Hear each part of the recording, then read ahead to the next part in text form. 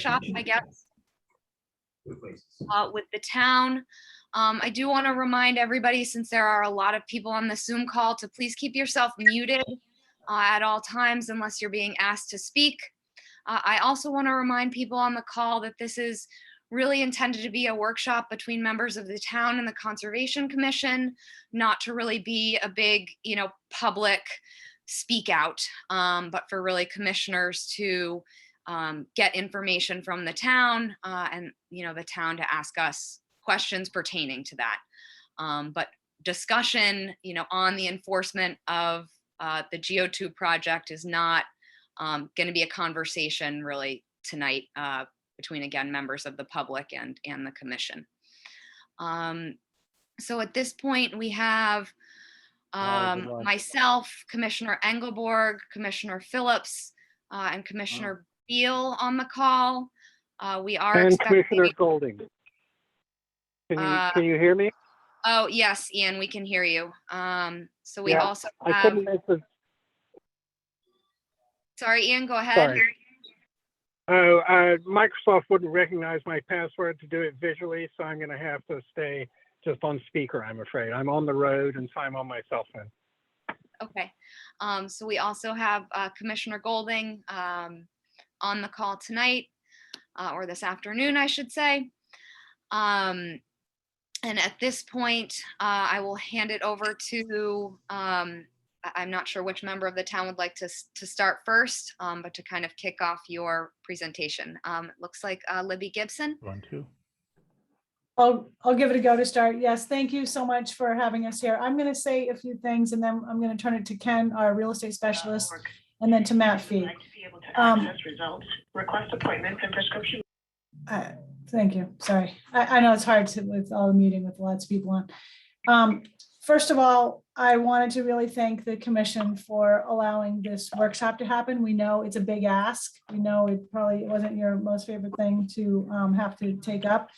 We also know that our town oversight hasn't been what it needs to be with this particular project, at least prior to about the last 12 to 18 months or so.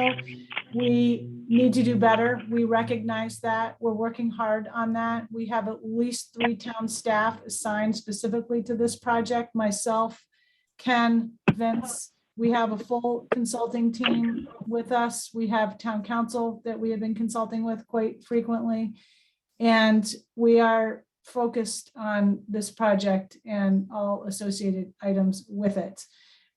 We are having weekly or more frequent meetings with SBPF at this point, and we hope that that will lend itself to giving you all some comfort that the town is on top of this, much more so than we have been in the past. And we do realize that our past history with this project has been less than desirable. So we're working very hard to turn that around. Ken? Thank you, Libby, and thank you, commissioners, for allowing me to speak today. What I just wanted to do is to give you a sense of part of the project that I'm working on, and this relates to the road relocation, which came out of the Arcadis study, the feasibility assessment, which one of their main recommendations was that the town should look at a plan for a road relocation. And so this plan would be activated at such a point in time in the future with triggers that are to be developed in order to be able to address what happens with respect to the bluff. The road relocation plan is similar in approach, but much more detailed than previous strategies that were in place, and expands on the previous access and services agreement that is in place relative to the northern part of the Baxter Road. What we will be looking at is how to deal with access to sewer, water, and as well as other services in the existing road, which would form part of the relocation strategy should it be necessary for us to be able to have to relocate the road. Issues relative to the access to the lighthouse is currently covered with the existing plan, and we will make sure that that will continues to be in any future plan. This effort is really aimed at creating a neighborhood and broader community level of resilience that we need to take in order to be able to protect this area. And the lessons learned from this approach can be incorporated into other efforts as we face the problem on the island. But one of the things I just wanted to talk about briefly is the timing. Based on the experience of the first plan, and particularly looking at the several years it will take in order to obtain all of the necessary agreements, it's going to take a fair amount of time to be able to put everything in place. But what I want you to understand is that we're going to be working diligently with respect to all of the people on the Baxter Road area, so that if there is a first break, the first portion of the plan looks like to take care of it. But if there's a second break or a need for addressing, we were going to have in place plans on a shovel-ready level to be able to address it, so that there is provision to the community for being able to access their homes and to be able to access the area. So I just wanted you to, a brief introduction to indicate that this is something that we're working on a full-time basis with the help of Arcadis, but also the timing is such that it's going to take several years for us to be able to fully implement this in terms of how we move forward. So when it starts to take a long time, it's not because we're dragging our feet, but it's because of the negotiation that we're probably going to have with 30 or 40 families. Thank you. And now I'd like to turn it over to Matt. Yeah, thanks, Ken. Thanks, guys. Ken, kind of stole a lot of my thunder. I will say the town has is working on this very, very diligently. It is, the concepts are easy. Let's get the homeowners to give us easements. Let's get the homeowners to give us rights to pass and repass. It's for them anyway. Well, the reality is a lot more difficult than that. The homeowners we're learning a lot, and they have been very good in the first and in the second time. But we've also heard what the Concom has to say. We've heard what the public has to say, and there are improvements that we need to make, which is why we're here tonight, was figuring out how to improve operating and oversight. And Jen was going to talk about that. We understand we're going to put forth the first thing, one of the claims I got from someone today is we're just doing SBPF's bidding. That is completely not true. We are doing what's in the best interest of the town. We're looking at all the various parameters that this entails. We are going to put together, an approvable project that will work for a while. And when it doesn't, we'll have triggers, et cetera, that will tell us all, both sides, what the next step is. And that is, we're still working on some of that, but that is, I think, some of the things that I learned from the first go around. And so I think, I'm looking forward to tonight. And I just think people have to realize we all have different roles in but we all have to find a way to do this cooperatively. We have to find a way to build something that will be replicable in other areas, and find a way within sort of limited Massachusetts law at this point to bring people together and to do this, do this in a way that works for everyone. And I think, the staff and Arcadis has done a lot of work, and we're working really hard to do that. And I will say it's not as easy as the concepts. It's not as easy as I thought. So with that, let's get going. Thank you. Thank you, Matt. I'm not sure if Vince would like to talk and introduce Arcadis, or who would like to speak next. I think it's Kate to speak next at the start of the presentation. But I think, does anyone else have anything to say?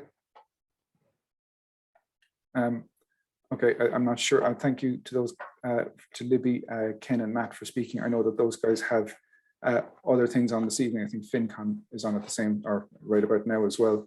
So greatly appreciate you splitting your time for these things. Kate? Excellent. Can everybody see the screen and hear my voice all right? Yes, we can see the presentation and we can hear you. Excellent. So happy that you have us here tonight, and we're here to just kind of walk through the items that were shared with you earlier, the compliance plan, the O&M manual, and just talk a little bit about a potential path forward. So on the agenda this is the order of our slides, but it does mimic the agenda you've seen.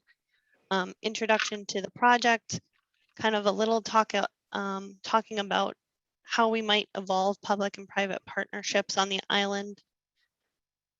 Objectives and overview, a little bit about the compliance plan, the operation and maintenance manual, and then next steps and schedule. And that's Going our right. presentation. Why are you which will swinging I into just the did. other lane? I was in the middle. I think somebody needs to mute. So we thought the order of this would be, we would give a little bit of a brief overview of all these things and then leave plenty of time for conversation after the slides so that we can get through the main points here. So if that's okay with you, I think we'll proceed in that manner. Yes? Okay. So we wanted to talk a little bit about, as Libby alluded to, enhanced town stewardship of this area specifically, and really stepping into a role where there's a little bit more oversight and looking at evolving the public-private partnerships into true partnerships and setting the model and leading for the island in the future. We do understand that the Conservation Commission is unhappy right now with the relationship with SBPF, and there have been violations that must be addressed. And we do know that there's been a commitment to begin delivering sand again, and that work has begun. On top of that, we know that roles and responsibilities for this current existing project must be really, really clear going forward. And town leadership needs to support that compliance and have some enforcement capabilities. We know there have been conversations around sand sourcing and quality and how things will be funded. So we hoped to address a lot of those things through the documents that we have sent. Our mindset, our paradigm for today is really looking toward a compliance path forward. And how we think we can get there is through the use of new tools, which allow the town some oversight for operations of the existing project. There's a memorandum of understanding that is in development between the town and SBPF. There's the compliance plan, which talks about how to make up the sand that has not been placed on the geotubes and how to go forward with sand and mitigation. And then there's an operations and maintenance manual, which really talks through how the project is to be maintained and operated while it's in the ground.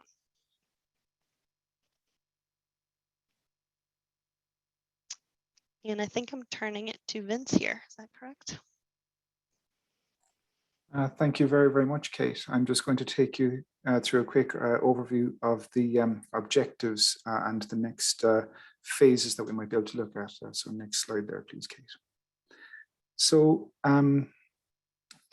the objective for today is to participate in this workshop style meeting. The big thing is to focus on how we may bring the existing system back into compliance. The next objective is to discuss the evolving and advancing public-private partnership and how the town and SBPF are going to work together in a cooperative way and a more even way into the future. Present compliance and the O&M plan are going to be a key part of that, and understanding the collaboration that's going to go into this is going to be one of the things that we're going to try and get across to the Commission today. The final thing is, once we have the compliance plan and O&M plan, is the operation and maintenance plan manual, that we can gain consensus on a path forward and find out how everyone can find a mutually beneficial way to move forward. And next slide, please.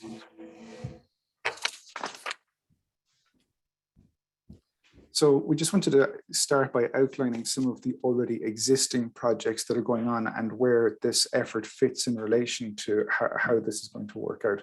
So we already know that the Sankaty Head Lighthouse has moved back in the past. There's some other projects at Sheep Pond Road that have taken place in the past, as well as some new efforts that are going on in that area. Last spring, pretty much this time last year, Natural Resources Department, together with a lot of other town staff and volunteers from a great many organizations, undertook a beach grass planting event at Ames Avenue after we got a permit for that from this commission. There's also a large number of other private resilience projects all over the island, particularly in the North Shore and within the harbour. Recently, as the 12th of January, we've had the Coast Resilience Plan accepted by the Select Board, and this is an all-island, all-county plan. And we want to put this in context for how Baxter Road is also going to benefit from elements of the CRP. Where we are now is February to around September, there was a long-term planning effort that took place for Baxter Road. One of the key findings from that is highlighted here in orange, that the existing system must be brought back into compliance and monitored and maintained for the life of the system. That's one of the reasons for the workshop here today, to bring this back into compliance. As Ken already mentioned, there's I'm also, the next phase after this is to look at a notice of intent for for a project that might help move this forward area and stabilize the area with far more oversight from the town going forward. And as Ken alluded to, at some point in the next year or thereabouts, there's going to be a road relocation design that will be somewhere close to shovel ready. Next slide, please, Kate. One of the tools that we're going to be using for this is to develop a memorandum of understanding. And I just want to outline some of the principles that we're using in developing this new MOU. So we want to focus on the partnership between the town and SBPF, Sconset Beach Preservation Fund. We want to put in tools for enforcement, for compliance and operation. And these are integral parts of the compliance plan and the O&M plan. And so the three documents would eventually work together, and then have an opportunity for amending the MOU with updates and superseding attachments for the operation and maintenance manual. We want to incorporate the lessons learned to address and prevent a repeat of all the past frustrations we already have seen and that have led to some difficulty on the part of a great many community members. Next slide, please, Kate. So looking at the compliance plan and how that's going to work, next slide, please, Kate. We understand and have the documentation that there's quite near 47,500 cubic yards of material missing, 47,471. And that is, there's a plan to put this back in place, not all in one go, and in a way that makes sense and would be acceptable to the Commission. To place the required amount, 20,834, plus an additional amount of about 11,868 cubic yards on the template each year. The sand will be placed on the template where it can fit and where it can be accommodated. But if there's a surplus, it will be placed on the northern and southern ends of the existing structure along the shoreline at the base of the bank. This is already something that's mentioned in the order of conditions. And this will then be incorporated into the quarterly reports and along with compliance spot checks that we have developed for the O&M plan, and that we're trying to firm up and have a much more structured way of overseeing these activities. Next, Kate. So just to see how this might work in practice, we already know that in the diagram on the left, sand is placed on the top and in front of the geotubes. And in the diagram on the right, you can see the outline of the existing template in blue. And then there's bracketed areas to the north and south that are about 300 feet, that show the 300 feet from the existing structure. This is the windows that the extra sand may need to be put in as needed if there isn't room on the top of or in front of the template. Next slide, please, Kate. Oh, it's actually back to Kate at this point. Okay, so now we're going to talk a little bit about the operation and maintenance manual. There's a bunch of components within the manual, starting out with roles and responsibilities, which covers not only responsibilities and contact information, but also information about easements and how SBPF and the project will be funded and continue to be funded. the monitoring that has been going on, but a little bit more detail as everyone can, so everybody has it available to them to see what the monitoring really entails. And information about system maintenance and then reporting. So we're going to go through a little bit about each of these very quickly. But table number 1 in the operation and maintenance manual has the responsibilities, and what we've endeavored to do here is make sure that there's always a secondary contact, not wanting to publish phone numbers. These are kept on file at the Natural Resources Department. So this list with full phone information is there. But each component of the project, and every time somebody is working on it or the responsible party, has both a primary contact and a secondary contact listed in this table, as well as a primary and secondary contact for the town outside of the Conservation Commission itself. We've also included a little bit about economic responsibility and sustainability in terms of who pays for the cost of installation, operation, and maintenance and monitoring. All the easements are included in Addendum A, and we have highlighted town rules and responsibilities, as we said. The monitoring that takes place doesn't change, but what we've done is just clearly outline what is happening and when. So bank surveys are happening once per year, and we talk about how those are occurring. Beach monitoring quarterly, spring and fall bathymetric surveys, underwater video monitoring semi-annually, and follow on to storm and other erosion events as needed. We've also separated and talked a little bit about what the routine maintenance activities are. So monitoring replenishment of sand, maintenance of the beach access point, versus what happens when you have an erosion activity, and really detailing what's happening there. And then also laying out very clearly the same items that are in the order of conditions, so it's very clear. The last thing that's included in the maintenance section is a little bit about where the sand comes from. So detailing the places that the sand comes from, and how it is monitored to make sure that it is clean and able to be placed on the template. The other piece that we tried to put some significant effort into here was to really think through the reporting. We know that there's a reporting schedule and that reports must come in on time, but we also understand that the town needs to have a little bit more of a role in understanding what's going on and when reports are coming in. So we've put in timelines where SBPF will prepare and submit the reports in a timely manner. The town also, included in this O&M plan, has the right to request additional monitoring information and go out and make spot checks on anything as it's happening. So if there's maintenance activities happening, the town must be notified that those are going to happen, and they can go out and make a spot check if they feel so inclined. SBPF now must submit reports to the town at least 6 business days before the actual required regulatory submittal date.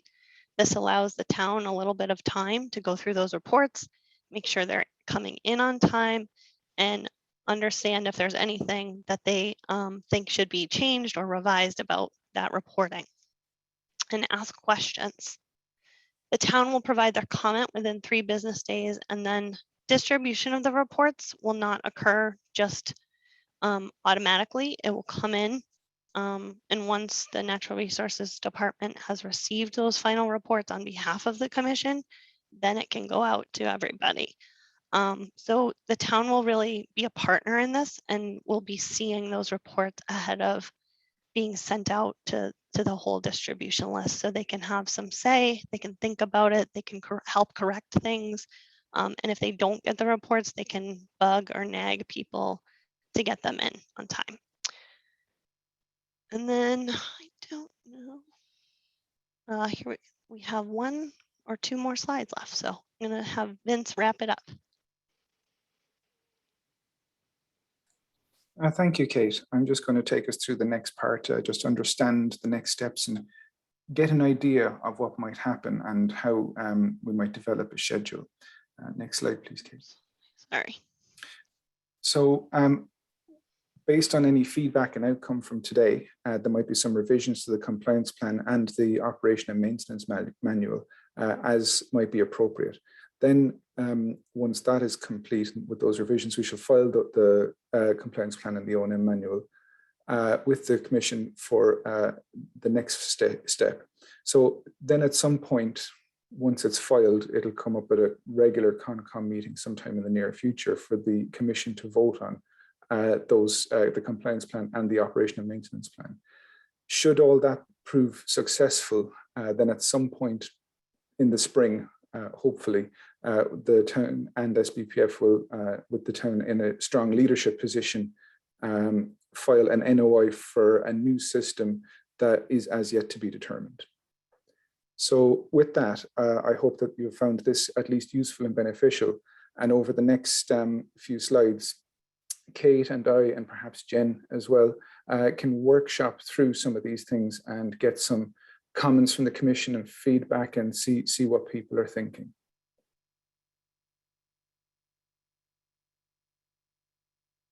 Ashley? Okay, so are you done sharing the slides? I'm gonna have trouble navigating Zoom while the slide shows up. I will stop sharing, and I will take some notes in our slides, and we can send those out to the team after. So just to say that we're kind of going to ask questions in kind of 3 categories. The compliance plan, understand, then the O&M plan second, and then any questions or ideas or comments about the partnership and responsibilities is the third. Okay. So at this point, do any commissioners have questions for our presenters?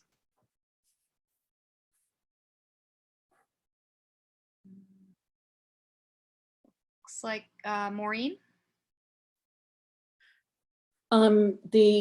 The phrase "the town" was used quite a bit during the presentation.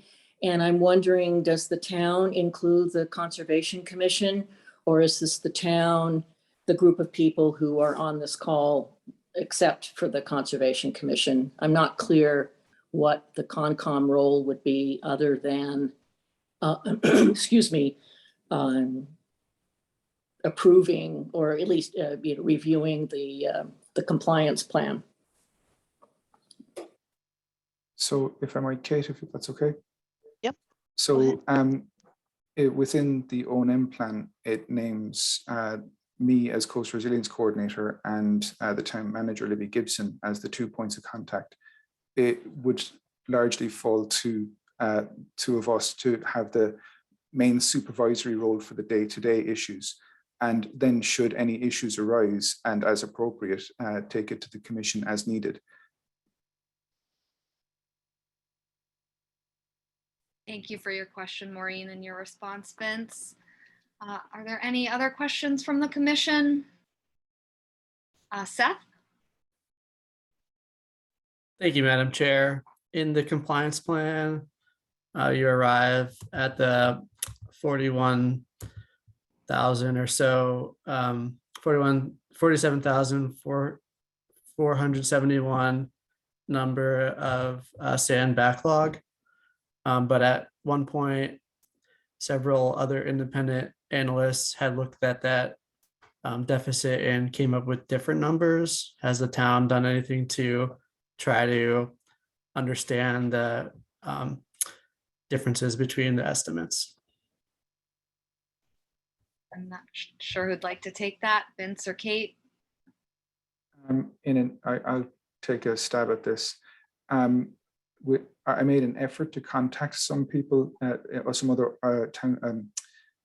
nonprofits on island to try and get an understanding of their numbers. I didn't get a response. We went with what we found to be one of the more reasonable numbers as I think was outlined in one of the quarterly reports at some stage. I might be open to being corrected on that if Jeff has any clearer idea. Thank you. Any other questions, Seth? Yeah, regarding operations and maintenance plan, some of this is hard to parse out. But I think the assumption of eliminating the so-called weighting shots, the -5 mean low water profile from the sampling and using extrapolation instead, that's been brought up by SPPF's representatives several times. It's discussed here as being, not a huge difference in percentage change when you look at the statistics, like 1.4%. But this is a case of when statistics might be possibly misused. If you look at the actual amount of cubic yards of sand that equals, it's, it becomes evident that it's more relevant to look at that number than at the 1.4%. And then just lastly, I don't know if this falls into compliance or operations and maintenance, but I think because these tubes have been uncovered and, not appropriately covered for extended period of time, I'm wondering if anyone has looked at the structural integrity of them. They are known to degrade under UV exposure. And it doesn't make sense to make up a sand deficit if the geotubes aren't going to be structurally sound anyways. Thank you, Seth. Seth, I'm not sure that I know the answer yet to your question on. I do actually. Okay, yeah. Yeah, I was out, I did a tour out there 2-3 months ago with Jeff and walked it, and the bags are structurally sound. They have UV protection. There's an extra layer around the outside of them that protects them from the light. And they are, there were a couple chairs that have been fixed, but no, they're good to go. Thank you for that. I kind of also had a follow-up along those lines because I don't know that we ever received information about just the longevity of the geotube material in general, because I think it was somewhat proprietary. And I'm wondering from the town's perspective, when you say the lifespan of the project, what is the average lifespan of a geotube in this situation? And Seth, I see you have a follow-up as well. Thank you. And I appreciate, the town staff going and visually inspecting those structures. But I think that what I'm really asking for is an analysis of tensile strength, looking at what the original tensile strength was versus what it is now, because sometimes these things might be hard to just see visually. I'm not like trying to say anyone's doing wrong, but just due diligence and getting someone to examine that would be helpful. Thank you, Seth. Excellent. That's a good comment. Thank you. Any other questions or comments from commissioners? Maureen? I had another factual question. It's mentioned that there's going to be, SBPF is going to be, responsible for all the costs of the maintenance. And then it's mentioned that there's some ongoing fundraising amongst the members, and they're hoping to get, an additional several millions of dollars. I'm just wondering, but I don't see any mention of a bond or a performance bond or something like that if as time passes, this becomes less popular perhaps.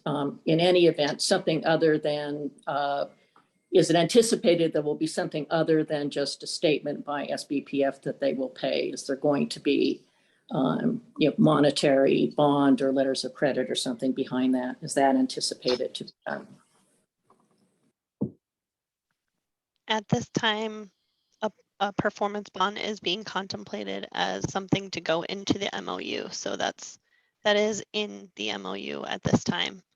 So I think it's been thought through. Thank you. And Vince, I see you have your hand up, and then Mark, I'll go to you.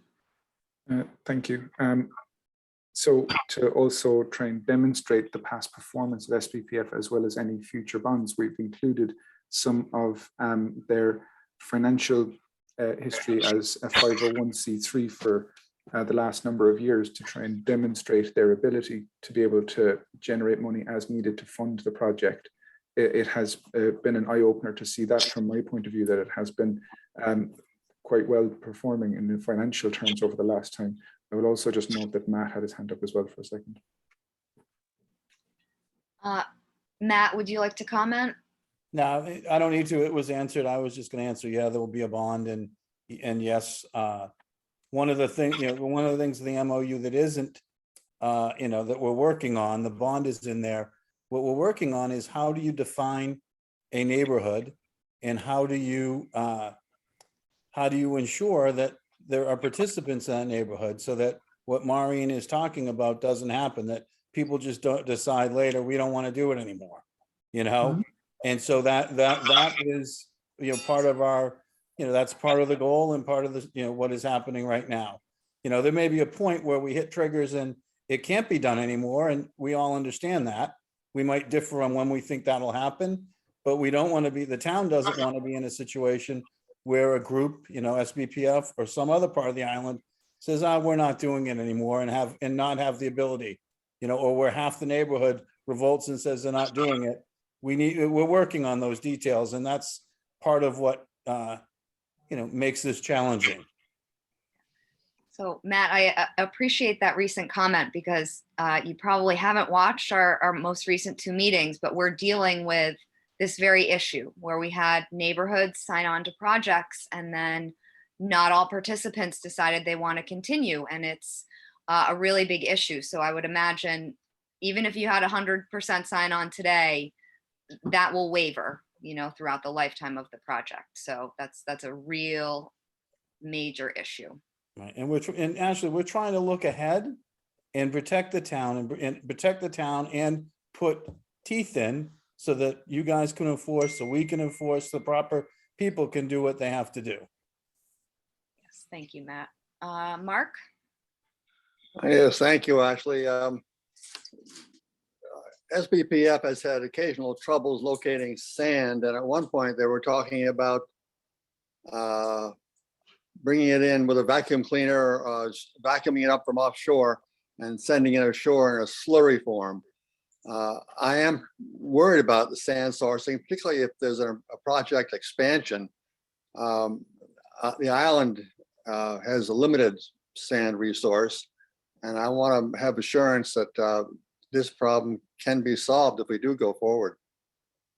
Thank you. Thank you, Mark. I know they outlined a few different sources. It is concerning to me, however, that private sites are still on that list, especially now with evidence of PFAS, further from the airport. That if they are using sand sources that are from private sites, that they have a full chemical suite of tests before they're put on the beach. I think that will be or would be very important. Any other commissioners' questions or comments?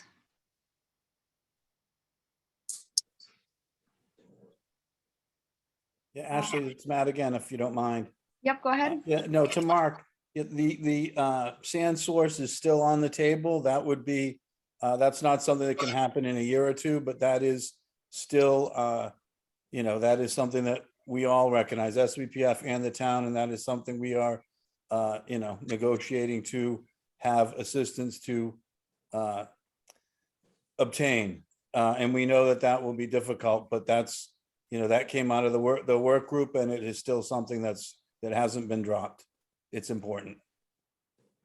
Thank you, Matt. And Jennifer, go ahead.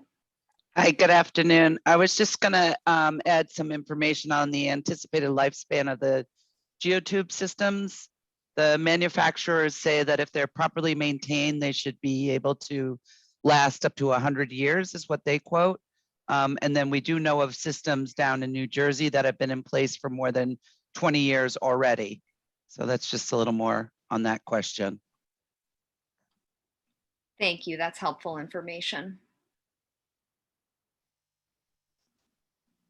It does make me nervous about, having man-made materials like that in a resource area that clearly don't have the potential to naturally biodegrade. Kind of another piece. Maureen? Yes, thanks, Ashley. Just this question of that there are other areas that have used these materials, for 20 or 30 years, and they seem to be still in good shape. That would assume that's all been good maintenance, and I believe there is certainly data to show that these tubes have not been properly maintained during their lifetime. And so what impact would that have? And I just want to underscore Seth's point that I think we should really get a professional opinion about the tensile strength of the existing tubes. This is the foundation. If this is allowed to go forward, those will be the foundation of this. And I think it's extremely important to have that absolutely nailed and to see whether any further maintenance or repair or anything is necessary. So I think that's very important. And just the other thing is we had 48 hours to look at these materials, and I appreciate the presentation today. It's certainly useful, but I did not have a chance to go back over all of the various undertakings that have been promised and what was anticipated to happen and what hasn't happened, and trying to get a sense of where things have is this addressing all the things that have been problematic during the course of this? And I'm not sure that's true, I don't feel comfortable with thinking that everything here makes sense given what we've looked at in the past. So I just think it would have been extremely more helpful for us to have had more time to review and go back on things. Thank you. Thank you, Maureen, for mentioning that. I know I was hoping to have more time to compare the order of conditions with some of the new operation and maintenance, and did not have time at this point. So I agree with you there. Any other questions or comments from commissioners?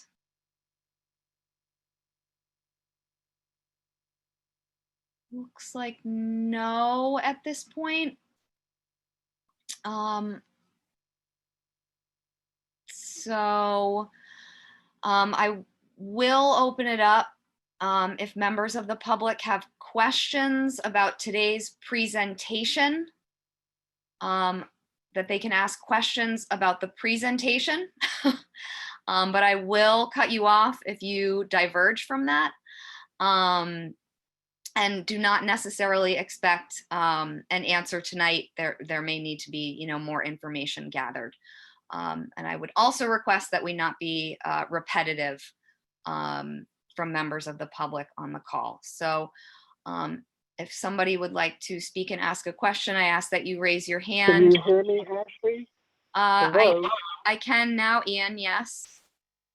Okay, I've been playing, key hell trying to get through. So I apologize. And so I did not get any of the paperwork, and I've just double checked my email. So for some reason it didn't come through to me. So I'm at a double disadvantage here since I didn't see the PowerPoint presentation as well.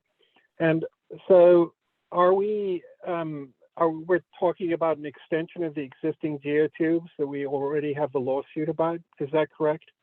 No, so the town has presented a plan how to potentially kind of catch up on the sand mitigation that SBPF missed and try and get the current structure into compliance. So they have just presented their ideas in doing that. The packet information was posted on Tuesday. Yeah, I didn't get it. Yeah, so that's where it was, but we're not discussing the extension or anything like that. We won't be taking a vote. We're just really here for kind of a more presentation, question and answer setup. Okay, well, thank you. And I'm sorry that I was unable to figure out how to actually get a visual zoom on my iPhone. So thank you.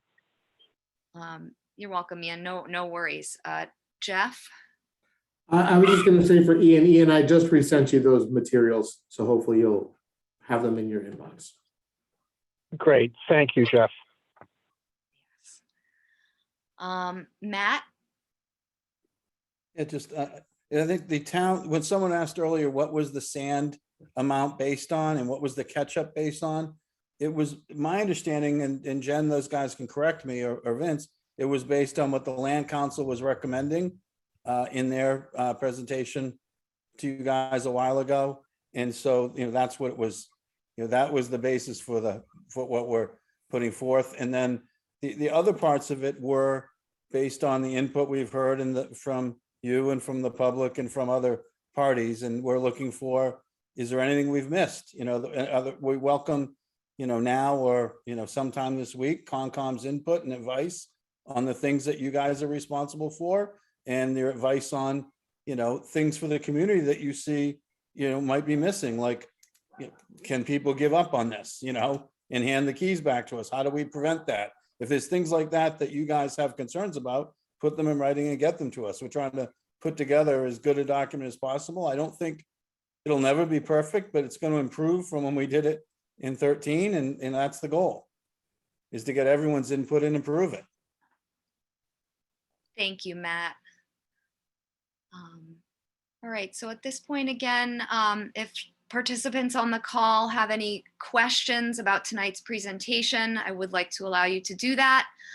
So please raise your hand and I will call on you.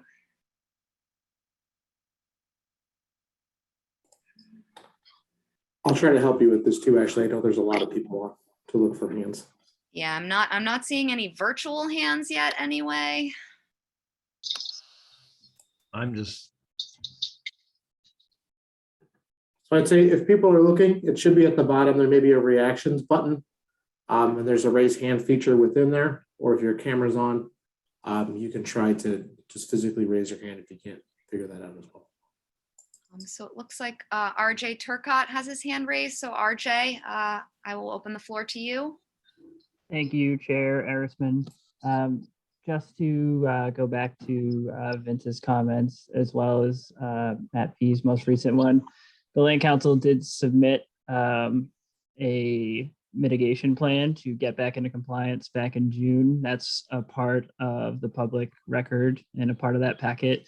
Vince, our doors are open to you if you want to reach out. I know we haven't spoken about the mitigation volumes since I'm looking at my email since July 1st, but willing to have a discussion with you about that. And just to point out that the plan that Trey Ruthven and Dave Preble worked together on to get this project back into compliance included much higher volumes of sand, and that deficit continues to grow.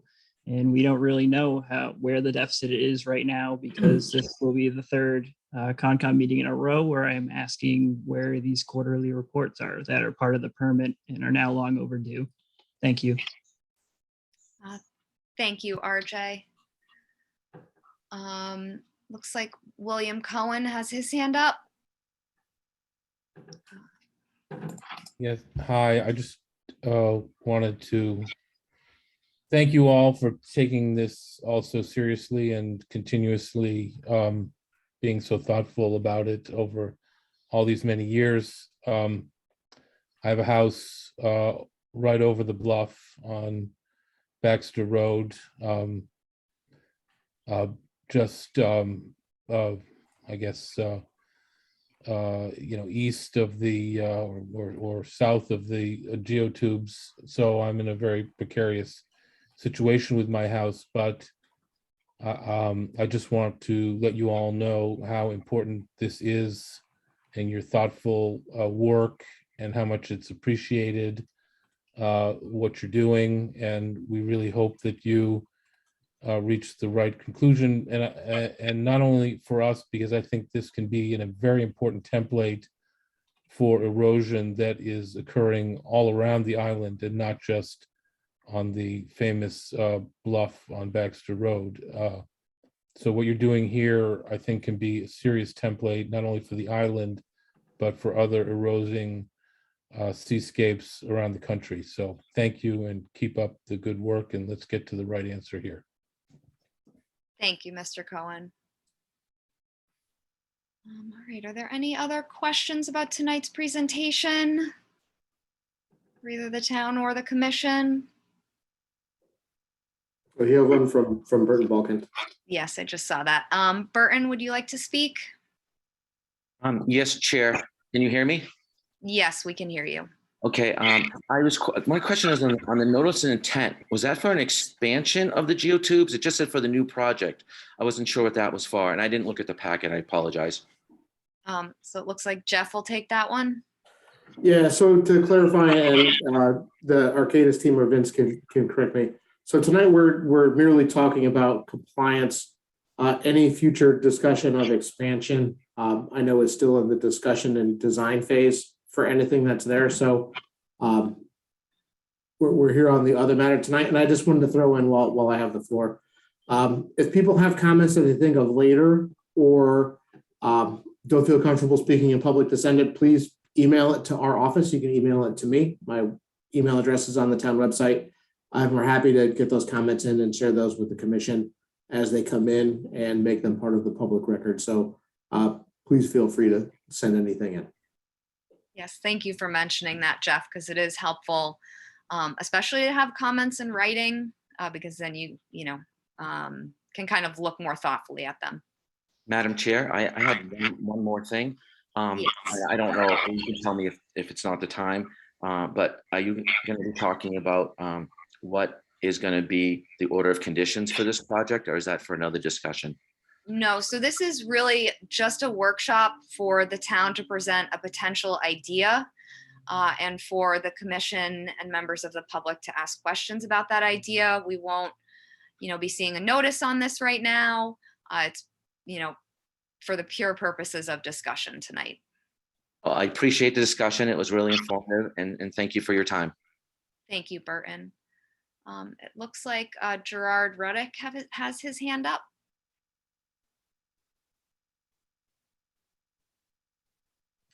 Unmuting. Can you hear me?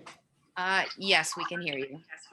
Wonderful. Thank you. I just wanted to echo what Spruce and what Bill Cohen just said. Thank you very much for working through this and working on behalf of the entire island on this effort and others. I grew up right around the corner from Baxter on Bayberry Lane.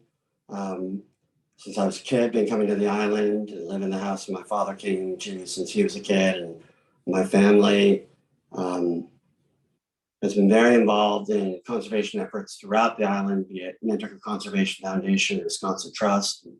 Someone mentioned earlier about the lighthouse moving. My mom spearheaded that effort. So I believe in trying to protect and preserve all parts of the island, be it town or Mattocket or Wisconsin. So I'm very appreciative of the work that you all are doing.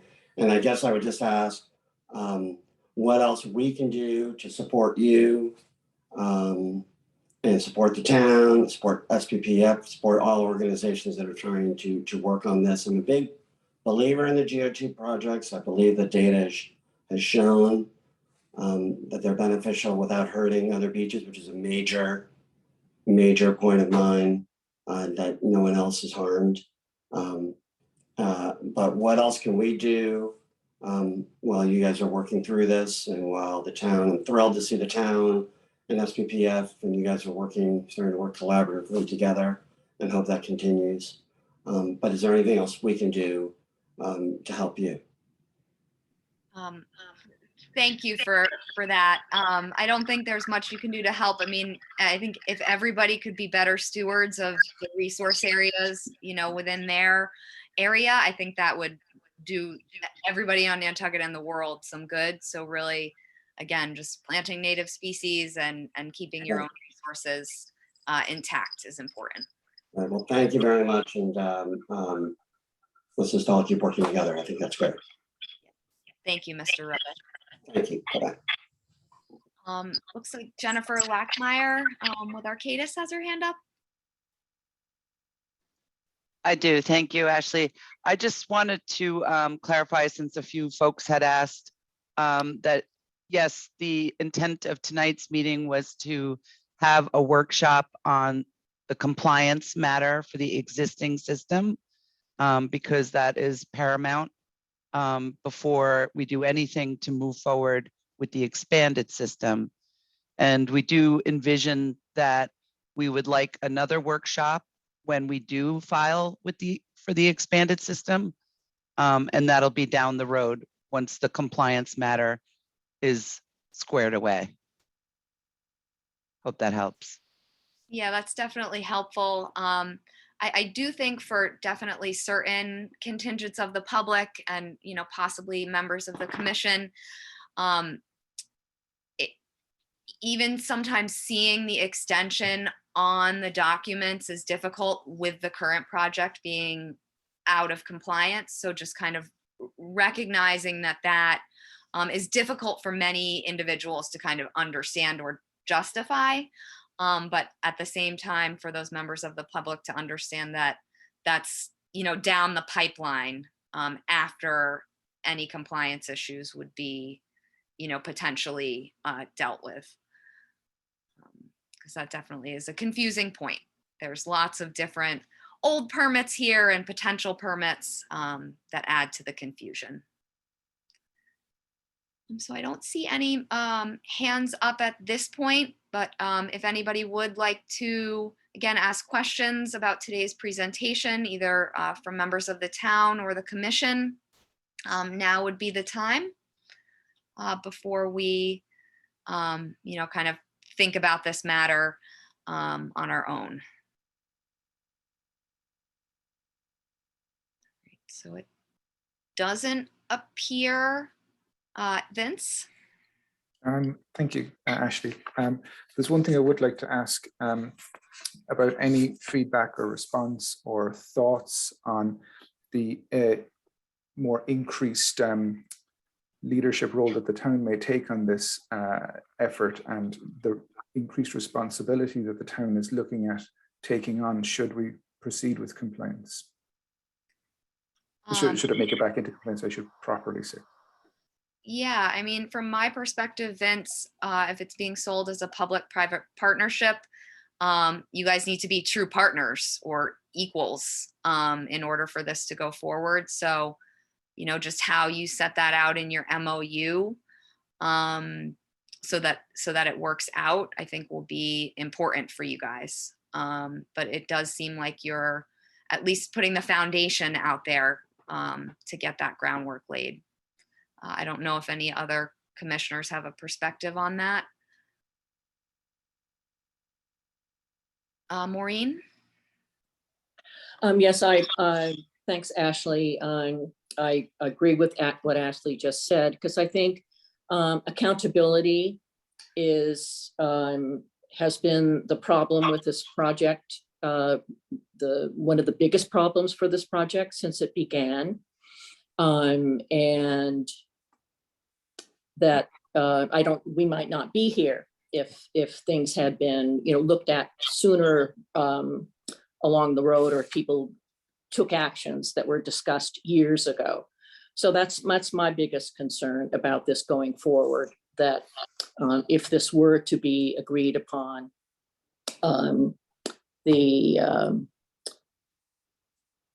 how does accountability happen? So I guess that's my biggest concern. Thank you, Maureen. Any other thoughts from commissioners? Looks like no. Vince, do you have any other kind of questions for us, or any, members of Arcadis or from the town? If I may. Yes, Vince? Yeah, just want to make it perfectly clear that we have laid out a lot more responsibility and partnership items for the town to increase the oversight and ensure that things are done in a very reasonable and productive way. And also to make sure that simple things, the town will receive the quarterly reports at specific timeframes to have review of these before they go out, rather than the current system of them just going out. And we've also increased when they're going out in an extremely laid out and easy to follow schedule, so that we can follow this extremely closely and have these things delivered in a very orderly fashion. I hope that is something that would be the kind of thing that could allay some fears and show some change to how this is going to be managed into the future in a much more responsible way on behalf of the town. Thank you, Vince. All right, so if there are no further questions, I would like to thank members of the town who presented, members of Arcadis, Kate and Jennifer, for speaking, and all, members of the public who've been on to just listen or participate. I just want to thank you all for your time. I think at this point, unless commissioners have, questions or point of discussion, I would imagine that we need to think about what was presented a little bit tonight, and potentially reconvene on these issues. But I'm happy to hear from another commissioner if they want to share something different. And if not, I would ask maybe for a motion to adjourn. So moved. So motion made by Seth. Is there a second? Seconded by Mark. So by roll vote, Beal, Aye. Engelborg, Aye. Arisman, aye. Golding, Aye. Phillips. Aye. All right, that carries unanimously. Linda is here as well. Oh, Linda's in here as well. Williams? Sorry, she's on her phone. Okay. All right, well, you have a majority anyways. Okay, so that gives us the majority, and we have adjourned. And again, thank you everybody for watching in and participating.